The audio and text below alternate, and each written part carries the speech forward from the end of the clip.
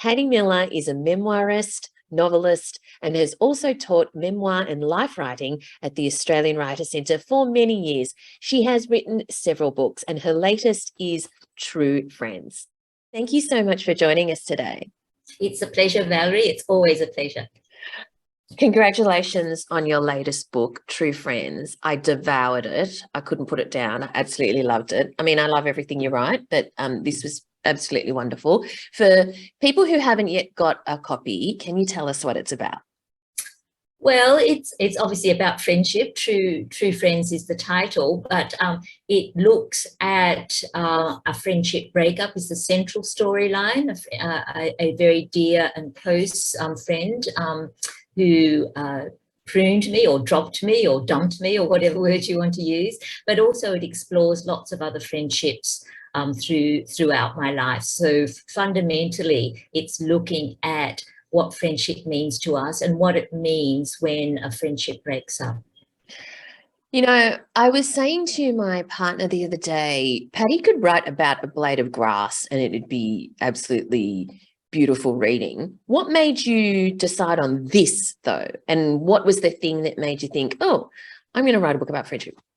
Well, it wasn't really that I decided to write a book about friendship. It was that I was coming back from the Paris Memoir workshop in 2019, which was the last time anyone went anywhere, I think. And I was getting on the plane and on the bridge, getting onto the plane ahead of me, I saw a woman with a thick mane of auburn hair that I suddenly thought was Gina. You know, and I went into a sort of panic thinking, what will I do when I pass her on the plane? Will I nod politely? Will I stride past? Will I be a really cool person and say, oh, this is awkward or something like that? And felt quite panicked about it. I could feel my heart beating. And then, of course, the woman turned round to check her baggage, and it wasn't her. It wasn't Gina at all. But I thought, oh, that was a strong reaction. So when I got on the plane, as is my way, I started taking notes about it, you know, what I'd been thinking and feeling and everything. And I kept on sort of taking notes. And the thing that really struck me was that because I was reading on the plane as well, I thought there is no stories about this. You know, there's endless songs and films and plays and poetry about romance breakups, but not about friendship breakups. So by the time I got back to Sydney, I realised I wanted to write that book, and Wow. I felt like I needed to write it because I still felt bewildered by the whole thing. I didn't understand it. I felt bewildered. And so when I got home from Paris and got off the plane, I thought, I've got this book to write. Wow, that was a productive plane ride. I had pages of notes by the time I got back, you know, and it was already starting to expand into what it turned out to be at that point. All right, so that's interesting. You said you had pages of notes and it was already taking shape. So did you know that, because there's the thread, which is your friendship breakup with Gina, but as you say, there are other things in it. It is about other friendships. There's research into the idea of friendships. It's about memory and our perception of how we form our memories. Did all of that come out on your notes on the plane? Did you know the structure it was going to take and the topics that you would be writing about? No, I didn't know all of that at that stage, but as soon as I started writing it, which was probably, you know, by December, I was starting to write it in that year. And I actually, in the first piece that I wrote, which was about remembering that Gina had worked with my son in a play, and I wrote the whole thing. And then I went online to actually sort of check, you know, when and where and that kind of thing. And I found out that it wasn't that play at all, that I had remembered it wrongly, that she had not been involved in that play, that it was someone else altogether. And then I suddenly thought, this is actually about how I remember things, how I remember other people. It is as much about memory for me as about friendship, because I thought I had constructed a completely false reality about that. And I thought, this is what I'm going to do. I'm going to try and put on the page that fragmented, lacy thing inside our brains, which is our representation of reality, but in particular our representation of friendship. So I decided I'm not going to rewrite it and correct it. I'm going to let it stand, and I'm going to kind of present memory as part of the story. So that came in very early on. That was in the first chapter that I realized that had to be there. And then the other thing that turned up was that when I was thinking about the fact that it wasn't represented in literature, I suddenly remembered the Epic of Gilgamesh, which is, the first written story ever found, and it was about friendship. And that's how that started to come into being as well. Okay, so you start writing and realize that there's this added layer to it. By the way, that was and this isn't a spoiler, everyone, because it's the opening, this scene that Patti's talking about where she misremembers how she met Gina. That's such a powerful opening because as a reader, I found myself going along and Googling and also going, aha, it's this person. And then to find, oh my God, it's completely not. And I was so sure that it was this person, right? Yes. Anyway, so you start writing, realize there's this whole other layer to it, but then do you just write into the void, or and see what comes out, or do you have some level of planning of, I'm going to write about these particular friendships? Or how did you then determine what happened next? Yes. I just love that you ask the process questions, because they're so important, and hardly anyone does. In all the interviews you do, hardly anyone asks the process questions. So I'm so glad, because that's what I love talking about. And really, I realized that I didn't want it to be very early on within the first chapter, or even maybe by the time I got off the plane, I realized I didn't want it to be all about the friendship breakup, because I thought, well, what matters is the whole connection to other people, how we make friends. We have family, but we also make friends, So I thought I want to include the other friends in my life. And I thought, well, I'm actually just going to be historical about it. I'm going to go back to the first friendship that I had, which was when I first started in kindergarten. So and there was only one other girl in my class. It was a tiny little country school, so I really didn't have any choice about who was going to be my friend. It just had to be her. So then I thought I would just keep on going through in a historical fashion, from primary school, that little tiny primary school, and then the little country high school that I went to. And obviously there were other people, but I fairly quickly realized that it was going to get really, really crowded, like a Bruegel painting, if I included everybody. It would just, that was the problem all the way through, was so many people. When you've lived as long as I have, there's going to be a lot of people, so I had to cut people as well. I was feeling kind of guilty about that.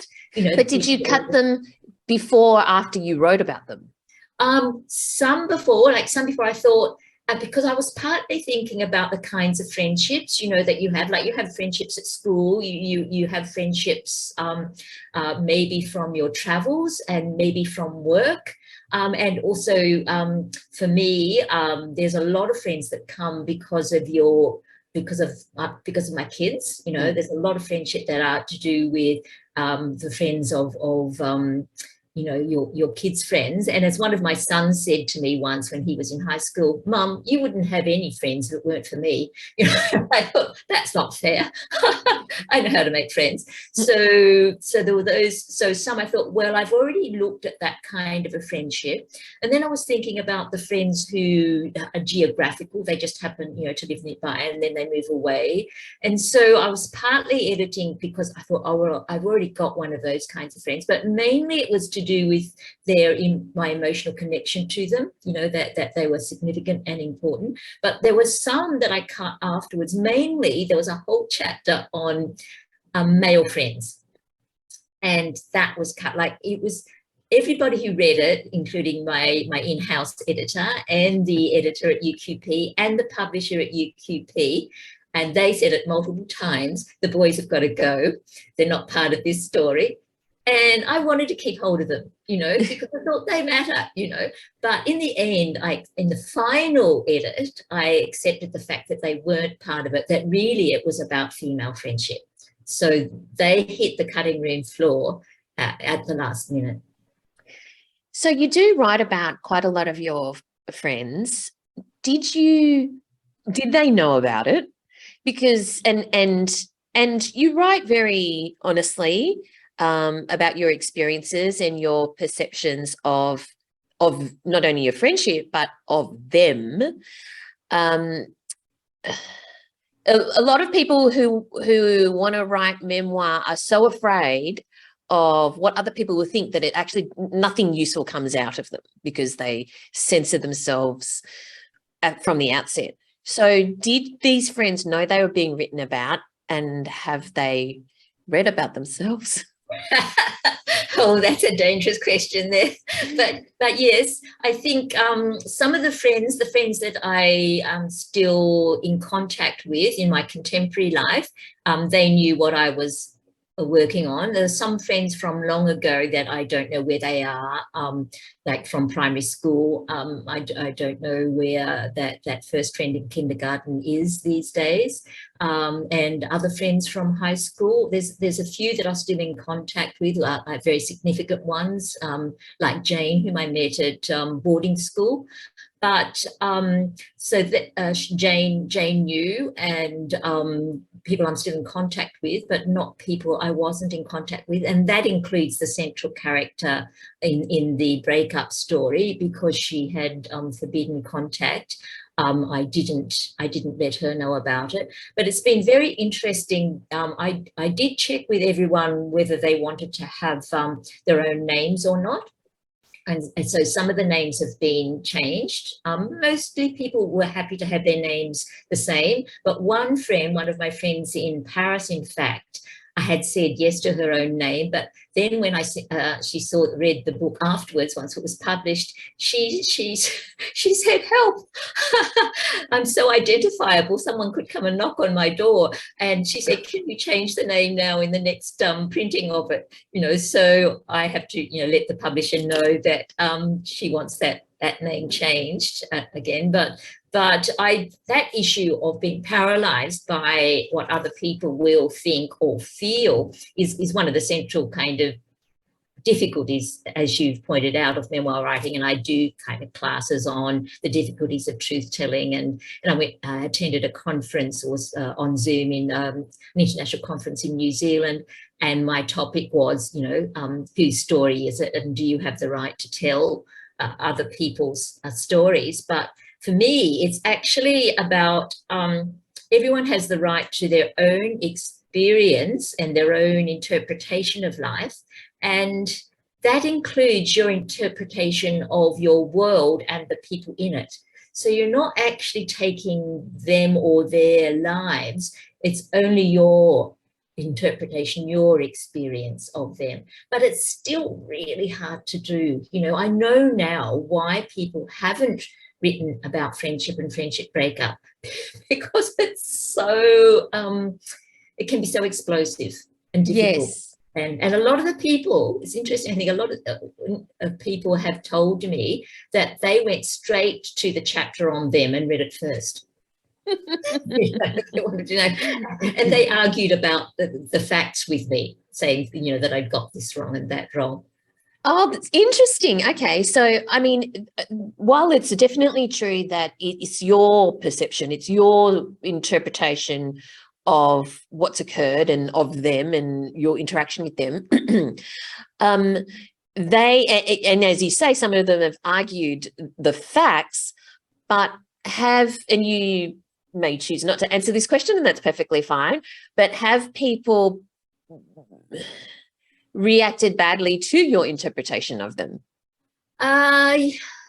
It's, I think, not, I think maybe they have, yes, because I'm not in direct contact with Gina, certainly, and I think there is a strong reaction there against the interpretation. Some of the others have just been mildly irritated, I guess, about my interpretation of them.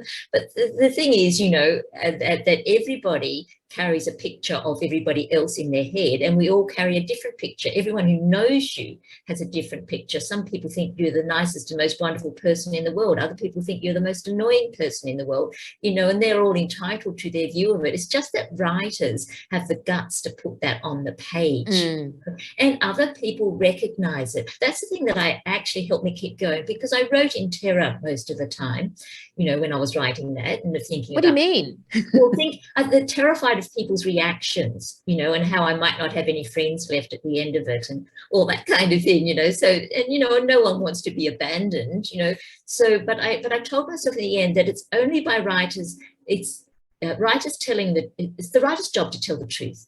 So, and that's really liberating for readers, to tell the truth as they experience it, and if all of us kept up the nice, smiling, sugary kind of fairy floss front, then nobody would ever be able to know, their own heart and mind, really. And it's writers who do that for us, and we read it and we think, yes, I've been like that, I've been a bit judgmental of a friend of, or whatever, all that, not just, the good and wonderful things you think, but the kind of maybe mean and judgmental things that you might think that, she's prettier than me or whatever, there's those kinds of things, it's a bit raw and uncomfortable, I think.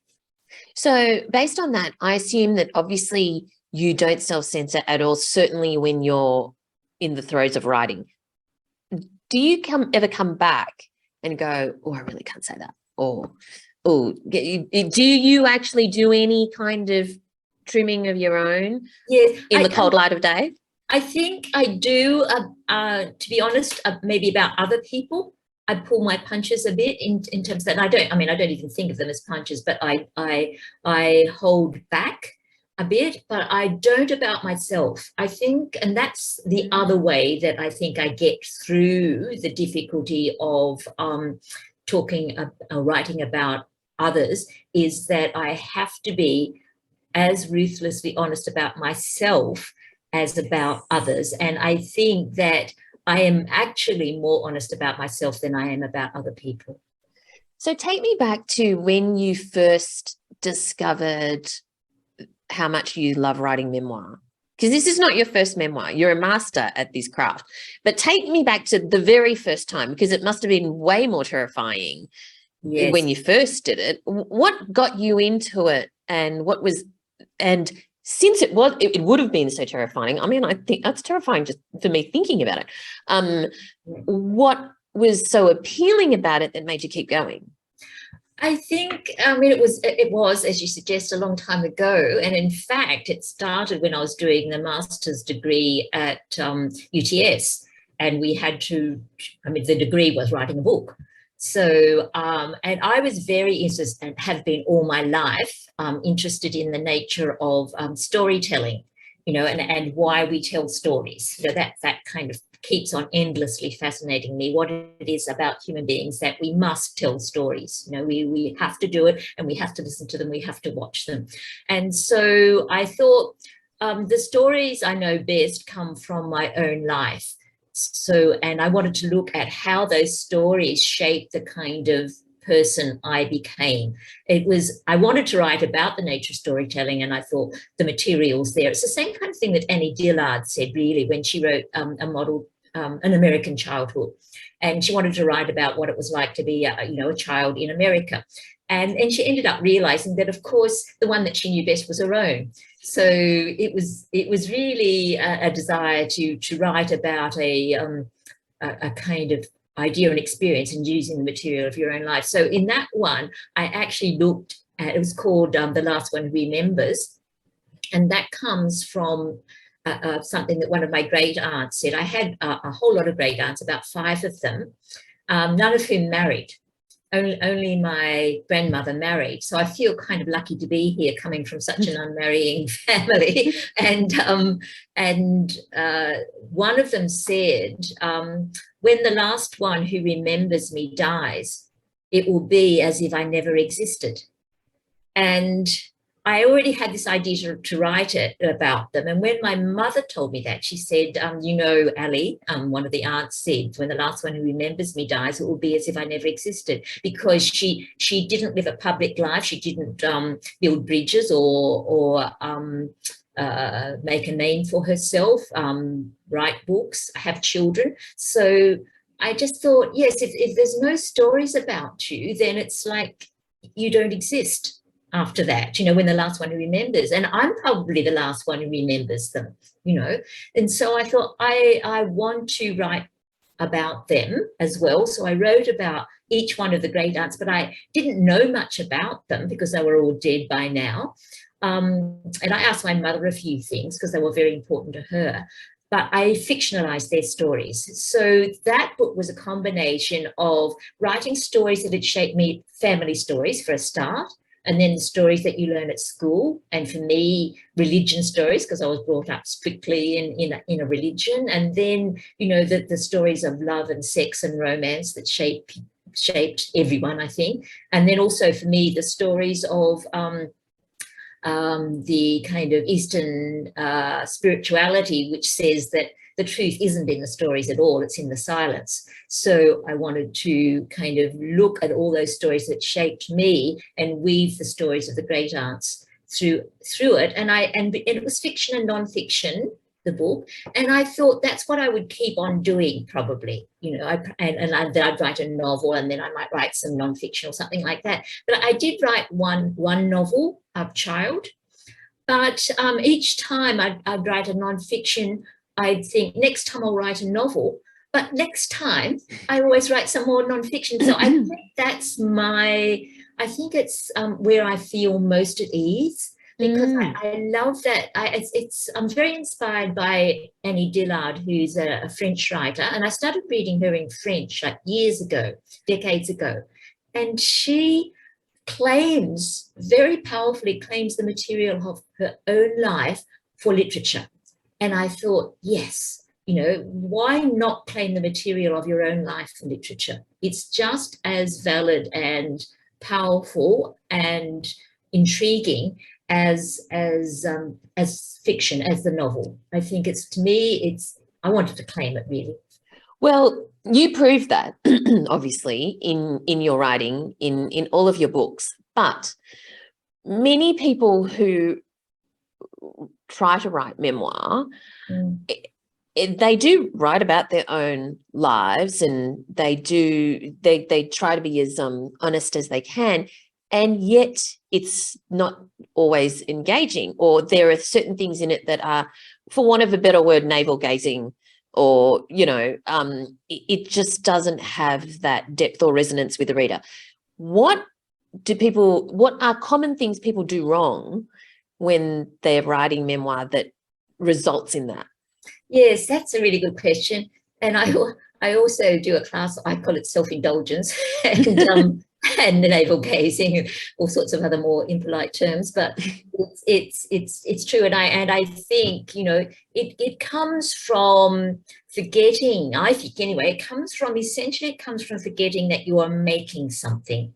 I think a lot of people, when they're writing memoir, they may be they're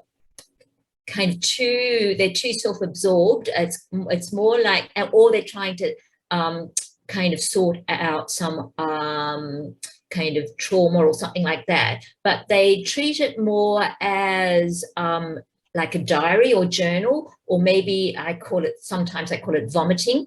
They're actually a bit rude, but I do say that to people when they're writing. It's vomiting is something you need to do, but you don't share it with other people. You've got to think of the material as material. You're thinking about shaping it, making it, seeing what the structural issues are, how you can make it more powerful, more engaging, and to keep on reminding yourself that it's a construction made of words. It's not you kind of blurting out everything that you think kind of matters about your life. It's consciously thinking of it as a work. You know, your tools are very tricky because they're words. Like when you're a painter, you can use paint, or a sculptor, you can use stone or steel, or dance, you can use your body. But if you're using words, you're using something that has created you.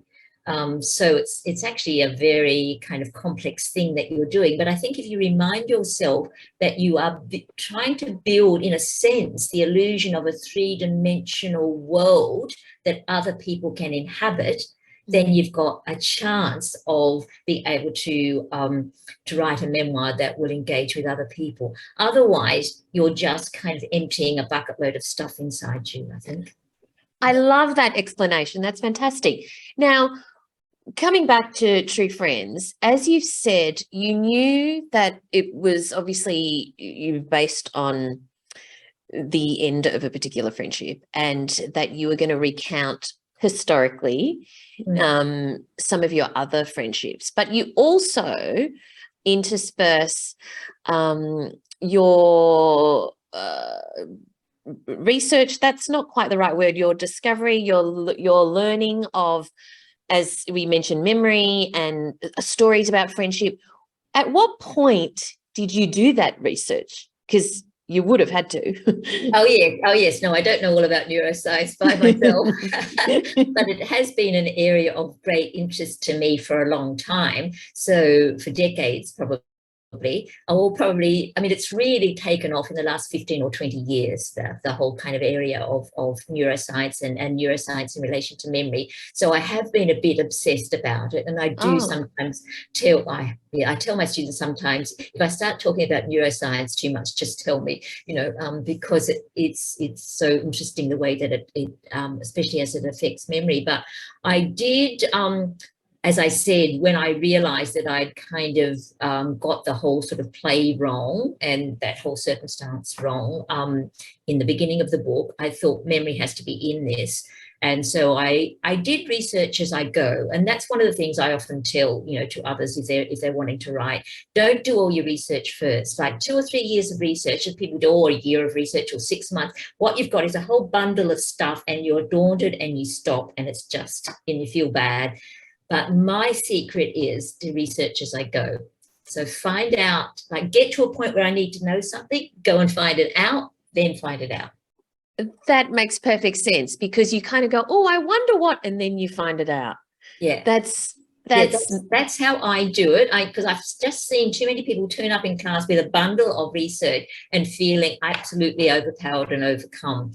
So I just find I find out what I need to know, and each time with the Epic of Gilgamesh as well, very early on, I kind of realized that was a story, that I wanted to look at because it was about friendship. And I guess I wanted to say as well, in the research, that this is more than just me. This goes back to the beginning of the first story ever written. It's not just me. I guess I was putting myself in the context of world literature and in the context of human beings everywhere over all time have been concerned with making and maintaining and losing friends. So I did, as I went, kind of worked out which bit that I wanted to use. And I didn't want to assume that everyone would know the Epic of Gilgamesh, because most people probably wouldn't, unless they'd done kind of years ago when they still taught the canon, that, you'd done English 101 at Sydney Uni or something. It's probably your only chance of bumping into it, So I thought I'll tell that, and then I'll just use the bits that seem relevant when I get to that, when I get to writing that particular situation. So the story of Gina is told historically as well, really, from the beginning of it until the end of it, although in the beginning it's going to end. So it's not like That's not the question. That's not the, whodunit kind of thing. You do know But that. you want to know how, right? You want to know how. The question is Mm. how and Mm. why, not what happens. Mm. So I just selected bits. I selected a whole lot of bits that I might want to use from the Epic of Gilgamesh, but certainly with the memory research, it really was a need to know basis, that whenever I wanted to know something, I would include it. That is fascinating. Okay, so you are a fantastic memoir writing teacher. You teach life writing at the Australian Writers Centre. For some people who might be a bit confused, can you just explain to them the difference between a memoir and an autobiography? Yes, this has come up this week actually as a manuscript that was sent to us at Life Stories workshop, and he thinks he's written a memoir, but he's actually written an autobiography. And I think, to me, the basic difference is an autobiography tries to tell your whole story from beginning to not quite the end, because you're still alive. So and it can be about everything that's happened to you, your family background, your education, your working life, your relationships with others, all that kind of thing. Whereas a memoir is limited by something. It could be limited by a time, say the year that you lived in New Delhi, or it can be limited by a relationship, like bringing up a child with Down syndrome, or it could be limited by an idea. You want to write about passion or something like that. So it's a particular aspect, limited by time or idea or place or relationship. So that means obviously that you can write a lot of memoir, because you're only looking at a particular aspect. Like the first one looked at the strength or the nature and function of stories, and then Whatever the Gods Do looked at my relationship with a child that wasn't my own. His mother died when he was between 2 and 3, so it was kind of looking at that particular relationship. And also Ransacking Paris, my year in Paris, and trying to remember the names of all my books. The Mind of a Thief was looking at the kind of Indigenous and white connection to country, because the first post-Mabo native title claim was made in my hometown, so I looked at that. So each time it's really... And the walking one?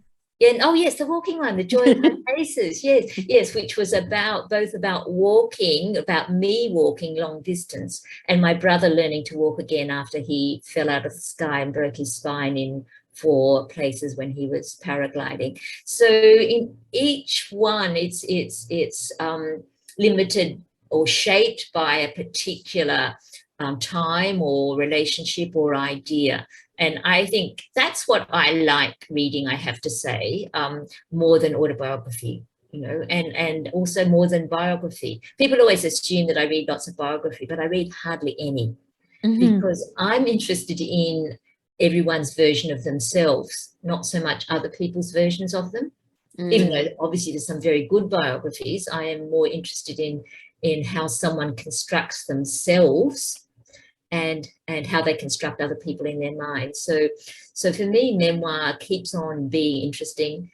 And I think it's the same with people like Annie Dillard and Annie Ernaux, one American, one French, where they keep on writing about their experience of being in the world, and very consciously and very determined in claiming it for literature, because there's still a bit of disdain about it, that it's not at the same kind of level as the novel, and it's kind of seen as a kind of feminine and domestic. I know this because I was judging for the Premier's Prize a couple of years in a row. And I noticed that and I was one of the judges in the non-fiction area for a few years in a row. And I noticed that people were always inclining to the big books.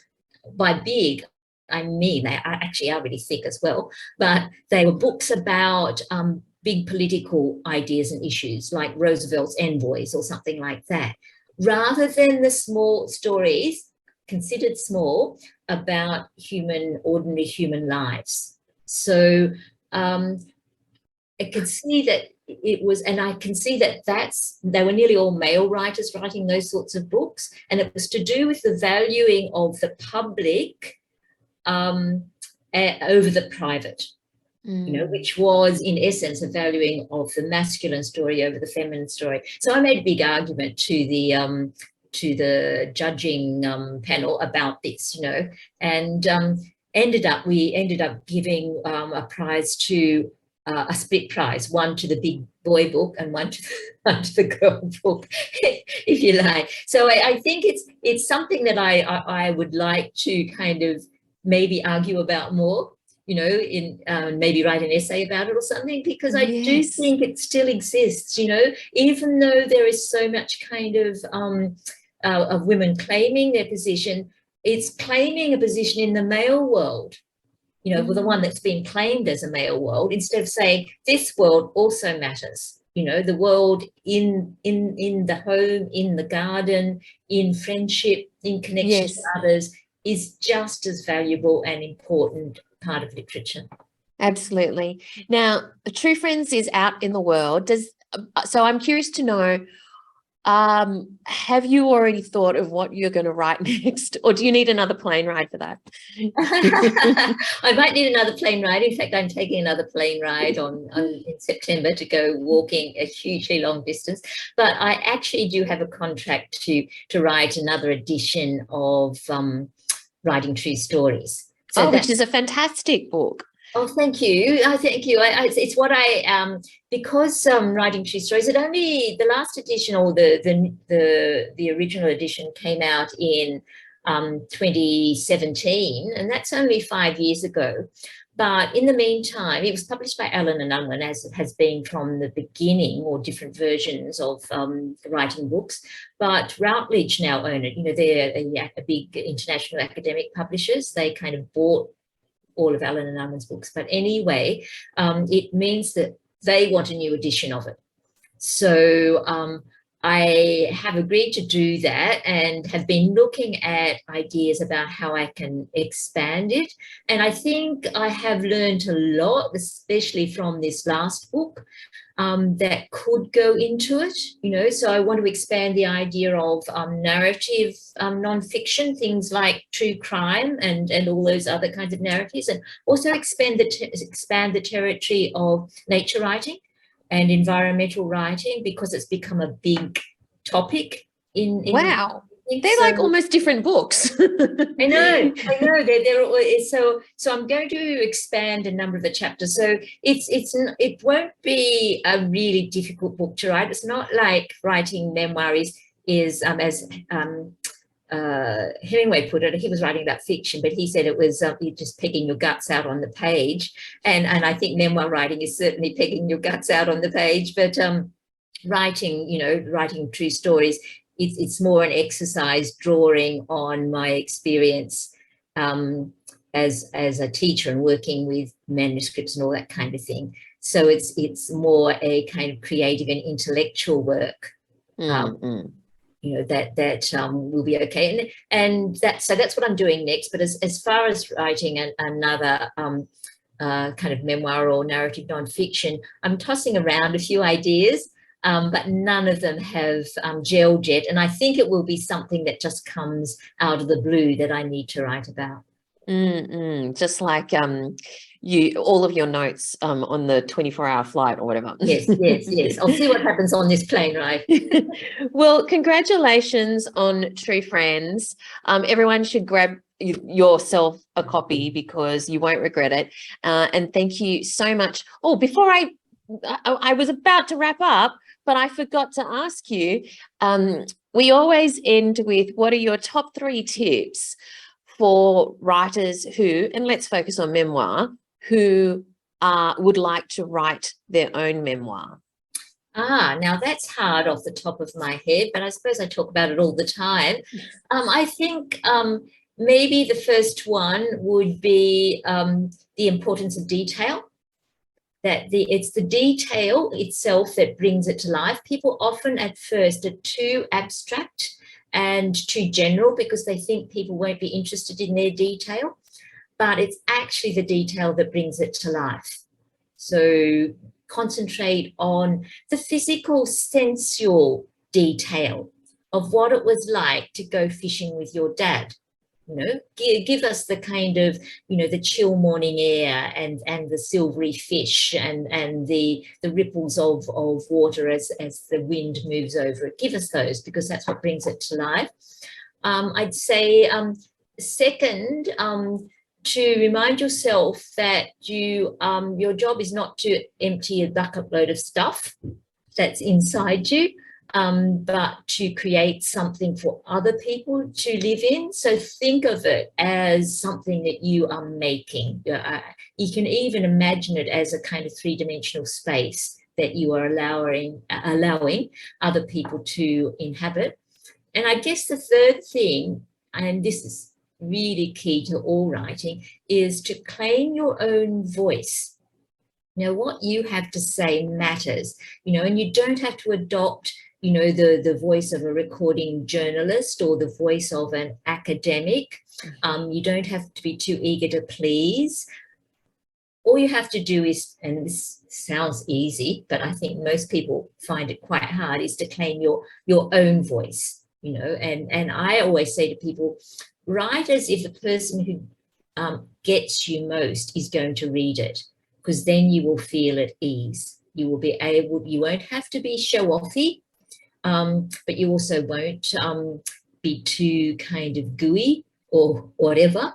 If you write for that person who gets you most, you will find the voice. I love that. Thank you so much for your time today, Patti. Thanks, Valerie.